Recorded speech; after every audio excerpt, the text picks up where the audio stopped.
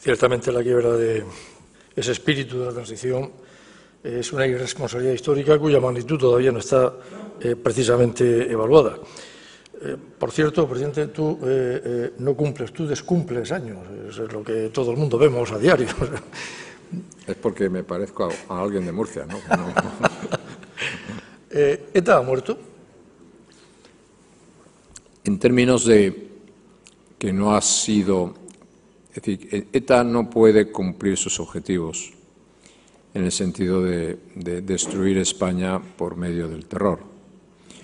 Pero morir el proyecto político no ha muerto y morir la organización tampoco ha muerto. Simplemente los españoles hemos conseguido derrotar en términos del ejercicio de la violencia, el ejercicio del terror, a una organización terrorista que quería ser victoriosa utilizando el terror sobre la democracia española, ¿no?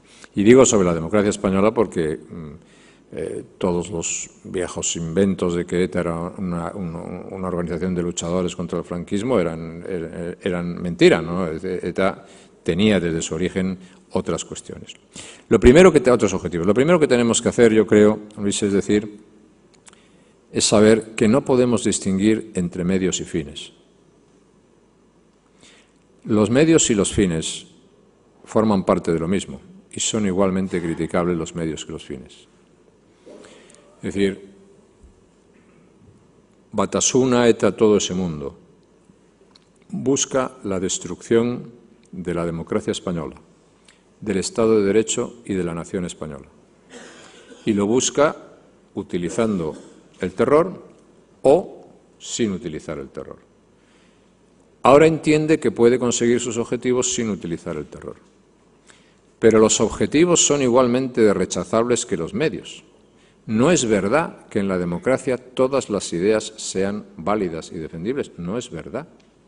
Porque tú no puedes obligar a nadie a aceptar en tu casa quien quiere destruir tu casa. No se puede obligar a una democracia a aceptar en su seno a los que la quieren destruir, ni a una nación a que acepte que se pueda ser destruida impunemente. Cuando se produjo la ilegalización de Batasuna, cosa que contaré en el próximo libro y por lo tanto no me voy a extender mucho, pero que fue determinante, que fue la pieza determinante para la derrota del terror, eso fue recurrido y el Tribunal de Derechos Humanos de Estrasburgo publicó una sentencia favorable al gobierno español en la cual declaraba la doctrina y establecía la doctrina que yo estoy diciendo, qué tan condenables son los medios como los fines. Entonces, dentro de las cosas graves que han pasado en España en los últimos años y de las decisiones equivocadas, a mí me parece que la decisión de legalizar el terror, que es lo que se ha hecho, ha sido, pues, para España enormemente perjudicial. Y eso pasará una factura gravísima en la sociedad española.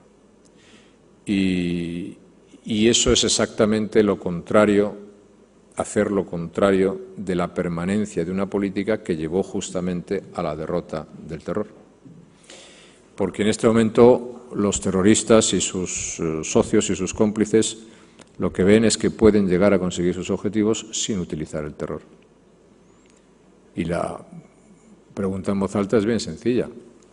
¿Para qué voy a matar a nadie si voy a conseguir lo que quiero sin necesidad de hacerlo? O si me lo van a dar, o si me lo van a permitir, o si van a acabar cediendo a nuestro chantaje. Eso es lo que es inaceptable. Igual que en un momento determinado nosotros dijimos, oiga usted, contra el terror se aplica la ley, pero toda la ley y con todas sus consecuencias, y nada más que la ley. Igual que dijimos, no se puede derrotar al terror, a lo que es todo un mundo, que es lo mismo, combatiendo una parte, pero no combatiendo la otra. ¿Cómo se puede derrotar una organización terrorista si persigues a sus comandos, pero los tienes sentados en las instituciones al mismo tiempo? Es imposible. Nunca la puedes derrotar. Si tienen sus empresas, si tienen medios de comunicación, si tienen todos los instrumentos que les permiten hacer una vida en la legalidad y también en la ilegalidad. Eso es absolutamente absurdo. Tenías que declararlo eso fuera de la ley y tenías que declarar el imperio fundamental del Estado de Derecho, que es la vigencia de la democracia con todas sus consecuencias, ¿no? Entonces, el grave riesgo que estamos viviendo ahora en este momento es que todo eso se pueda conseguir por la falta de presencia o por la falta de voluntad de lo que deberían ser sujetos políticos y actores nacionales de la vida española, que se pueda conseguir sin necesidad de utilizar el terror. Por si acaso, lo que se está diciendo es: yo me quedo sentado ahí mirando, me quedo armado, me quedo vigilante, me quedo con mi organización intacta y estoy vigilando si las cosas van en el sentido correcto para mis intereses o no. Si veo que no van en sentido correcto para mis intereses, me reservo el derecho a actuar otra vez cuando quiera, ¿no? Eso es un problema dramático. ¿Por qué? Porque tenemos en este momento, no nos vamos a engañar, en España hay un territorio, que es la provincia de Guipúzcoa, gobernado por gente vinculada al terrorismo, por socios del terrorismo, por gente que defiende el terrorismo y que lo ha practicado el terrorismo. Como yo explico muy claramente, yo tuve la oportunidad de ir a visitar a una de las heroínas de nuestro partido en el País Vasco, Regina Utaola, cuando era alcaldesa de Lizarza, y allí estaba, y yo la fui a visitar allí. Y en ese pueblo ahora mandan los etarras. En ese pueblo fue en el que se escondieron los misiles, en el ayuntamiento se escondieron los misiles con los cuales intentaron atentar contra mí por 3 veces. Esos son los que mandan en este momento allí. Y no han dicho que se arrepienten ni que han condenado, no, son los que mandan allí. Esos son los que han sido la segunda fuerza política más votada en el País Vasco. Es decir, esos están viendo que pueden conseguir sus objetivos. ¿Y sus objetivos cuál es? La destrucción de la nación española, la destrucción de la democracia española, la destrucción del Estado de Derecho tal como lo sabemos. Esos son sus objetivos. Utilizarán esa táctica u otra, y esos objetivos son tan rechazables, utilicen una táctica u otra. Por lo tanto, en términos de lo que ha sido la historia clásica del terror en España, la respuesta a tu pregunta es sí, porque con la utilización de esos métodos está claro que no cumplen, en ningún caso iban a cumplir sus objetivos. Pero atención, porque sus posiciones han avanzado por la utilización de otros métodos que, en mi opinión, no justifican en absoluto los fines, sino que los fines siguen siendo tan rechazables y siguen siendo tan responsables de la situación como lo eran antes. Una cuestión, presidente, más humana que política, pero vinculado a lo anterior. ¿Qué sentiste cuando fuiste víctima de un atentado que se produce unas horas después de haber preguntado al entonces ministro de Interior si había o no riesgo? Este niega cualquier posibilidad de riesgo, pero el atentado se produce a plena luz del día, con 200 metros de cable por medio de la calle, y después en el hospital sin tan siquiera ser visitado por el presidente del Gobierno. Estamos hablando del líder de la oposición y virtual presidente del Gobierno de España. ¿Qué se siente, José María? Sientes esencialmente ser un tipo con suerte, ¿no? Porque... sí, bueno, es verdad, ¿no? Yo siempre en la vida, forma parte de mi actitud vital, ¿no? Y por lo tanto a mí nunca me han entretenido las cosas pequeñitas, ¿no? Ni enredarme en esas cositas, ¿no? Pero siento un tipo con suerte, y yo siempre me he sentido un tipo comparado, es decir, oiga, mire usted, pues, es decir, tuve la suerte de nacer en una muy buena familia, tuve la suerte de tener buenos padres, buenos hermanos, tuve la suerte de poder ir a un colegio donde me educaron razonablemente bien. Pues tuve la suerte de estudiar una carrera, pues tuve la suerte de hacer unas oposiciones y ganarla muy joven, y de conocer a mi mujer también y casarme y formar una familia muy rápidamente, y tuve la suerte de ser diputado con 29 años y de ser colega tuyo anticipado con 35 años y de ser jefe de la oposición con 37 y ser presidente del gobierno con 42 y de con 51 pues empecé a dedicarme a otras cosas y a otros proyectos y otras cosas en la vida, y dices, oiga, ¿y usted de qué se queja? No, pues yo no me quejo de nada, a mí en la vida me ha ido bien, ¿no? Me ha ido bien.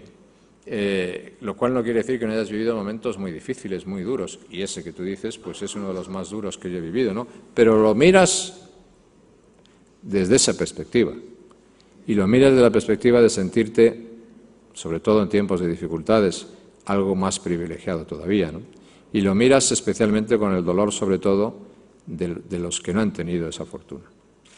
Yo tuve la fortuna de ser un sobreviviente, pero nunca se me quitará de mi cabeza, ni nunca, y por eso yo me siento especialmente vinculado a ello, todas aquellas personas que por defender, entre otras cosas, nuestras ideas, que por defender nuestras posiciones, que por defender nuestros principios, que no, por no tener otras ambiciones que las que yo he dicho aquí, pues se han dejado la vida por el camino. Y eso es tremendo, ¿no? Y entonces eso forma parte de una historia. Y esa historia no se debe olvidar nunca. Y cuando alguien en la vida, yo creo que cuando alguien en la vida personal, o cuando alguien en la vida política, o cuando en una organización se olvidan esas cosas, yo creo que empiezan a cometerse errores muy graves, ¿no? Porque eso forma parte de la misma historia y de la misma realidad que uno ha tenido que vivir y que sufrir. Entonces, desde ese punto de vista, pues eso, medio en serio, medio en broma, pues nada, un tipo con suerte, ¿no? Y en segundo, yo tenía en ese momento enseguida tuve tres preocupaciones. Una es los que estaban cerca de mí, ¿qué había pasado con ellos? Otro era decirle a mi familia, tranquilos que estoy bien. Y otro era decirle a los españoles, oiga, que aquí estoy y que sigo bien y que por lo tanto lo que se pretendía no se ha conseguido, ¿no? Claro, todo eso lo tienes que hacer después de estar volcado en un coche boca abajo en la otra punta donde estabas, tocándote por todas partes para ver que si tienes algo o te falta algo, ¿no? Y por lo tanto eso es un poquito más complicado, ¿no? Pero fundamentalmente esos eran los elementos, transmitir una sensación de tranquilidad. Por eso, en aquel momento tampoco era la cuestión de pedir cuentas a nadie. Cuando algunos dicen, bueno, ¿cómo salió usted? Pues salí como tenía que salir. ¿Y qué dije? Estos son gajes del oficio. No era cuestión de pedir cuentas a nadie, era cuestión de decir, bueno, esto puede pasar, ha pasado, hemos tenido suerte, lo importante es continuar con las cosas que tenemos que hacer, ¿no? Y bueno, y eso es lo que hicimos, ¿no?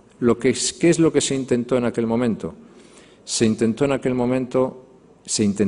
en aquel momento frustrar la posibilidad de una alternativa política en España.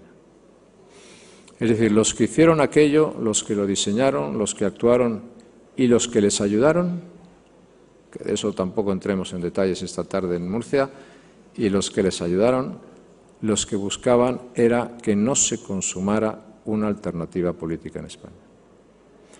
Y bueno, afortunadamente lo que importa al final de la historia es que no tuvieron éxito, ¿no? Y eso al final a mí lo que me reafirmó en mis convicciones, pero sobre todo me reafirmó en mi cercanía con las personas que sufrían el terrorismo.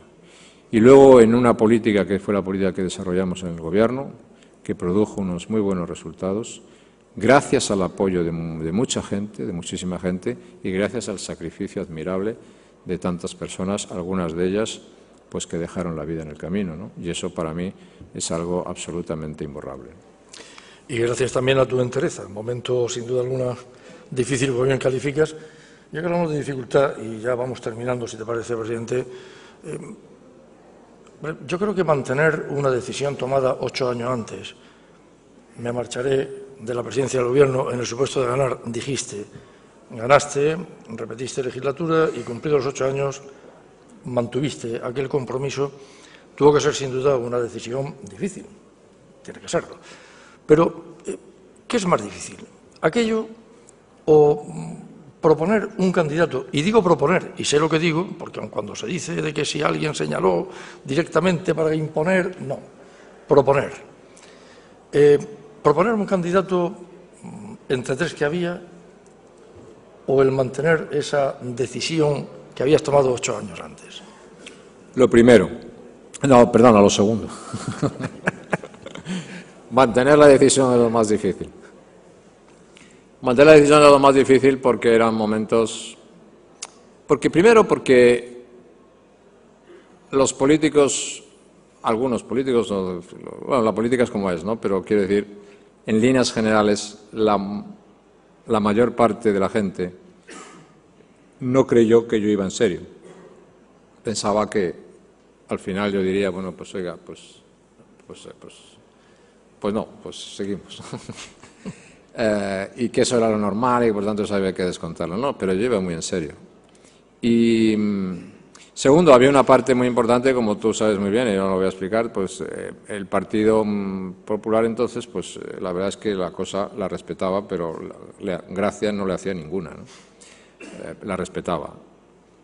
Y en tercer lugar, pues la mayoría de la gente en aquellos momentos, pues tampoco estaba por la labor, ¿no? E internacionalmente tampoco. Y luego, vitalmente, el problema es que tú te encontrabas... Esa es una de las cosas que en este momento en España también deberíamos reflexionar un poco, ¿no?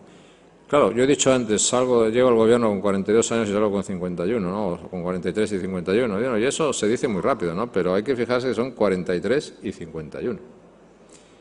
Que es que cuando en algunos países normalmente debes estar pensando si inicias la carrera para intentar ser presidente, en España ya eres expresidente, ¿no? Y eso es una reflexión en la vida política española que también conviene hacer, ¿no? Porque pagamos algunos precios por esas cosas, ¿no?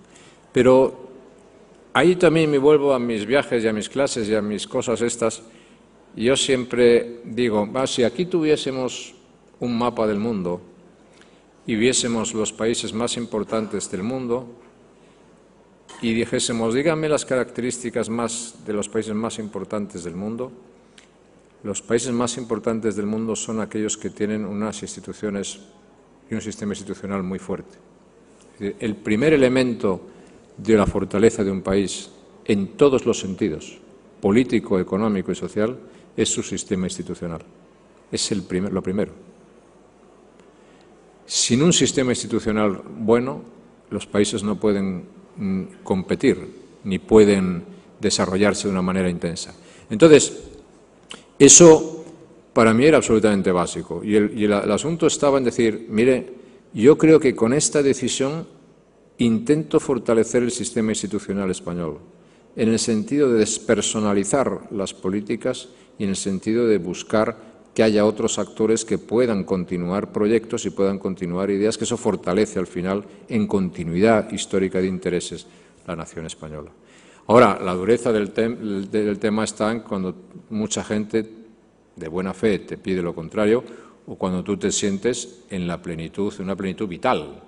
Es decir, a los 51 años, bueno, un poco después también, ¿no? Pero a los 51 años tú te encuentras en plenitud física, en éxito político, en éxito económico, en éxito internacional, con un país próspero, en una muy buena situación y decides marcharte. Marcharse siempre es más complicado que llegar. Mucho más complicado. Y intentar hacer las cosas razonablemente bien en esa situación, que no tenía precedentes en la vida española, pues todavía más, ¿no? Luego está la otra parte de decir, bueno, ¿quién se hace cargo de esto? Ahí la dificultad es decir, cualquier selección o cualquier elección es difícil siempre. Pero una de las ventajas, mirando desde el punto de vista positivo, es que tú decías, bueno, en el Partido Popular afortunadamente ha habido, por ese espíritu de la adición que antes decía, que antes explicaba, ha habido unos equipos extraordinarios, hay gente muy buena, hay gente muy competente, en donde es posible elegir. Y la siguiente cuestión es decir, ¿con qué criterios hay que hacer esa propuesta? Y en esa cuestión yo siempre fui implacable y los que trataban conmigo sabían que, con independencia de las amabilidades o de las seriedades o de las sequedades o de las amistades, cuando había que tomar una decisión no había más cuestión que el interés general, ninguna otra. Es decir, el único asunto que yo tuve, el único criterio que tuve encima de la mesa para hacer una propuesta fue decir qué es lo mejor que entiendo yo puedo proponer pensando en el interés de España. No pensando en amistades, no pensando en relaciones, no pensando en no, solamente en eso. ¿Cómo puedo servir mejor a España?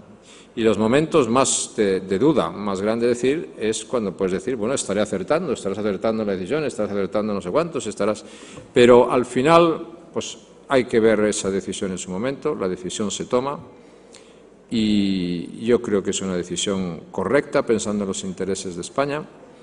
Y ahora, pues son momentos difíciles. Otros pueden decir, bueno, la manera de hacerlo, pues mire usted, no sé si hay otra manera de hacerlo, pero es la primera vez que se hacía y por lo tanto lo importante se hizo de la manera que se podía hacer porque alguien tenía que hacer la propuesta. Y ahora lo que hace falta es que los que tienen la responsabilidad en este momento en España, que tienen una responsabilidad histórica muy grande, pues tengan éxito. Y ahí andaremos. Pues muchísimas gracias, José María. No te voy a preguntar para cuándo las memorias 2, ahora estamos disfrutando de las memorias 1, 7 días, sin embargo, que aquí en Murcia te esperamos, porque eres, como dije antes, siempre bien recibido. Muchísimas gracias, Ramón.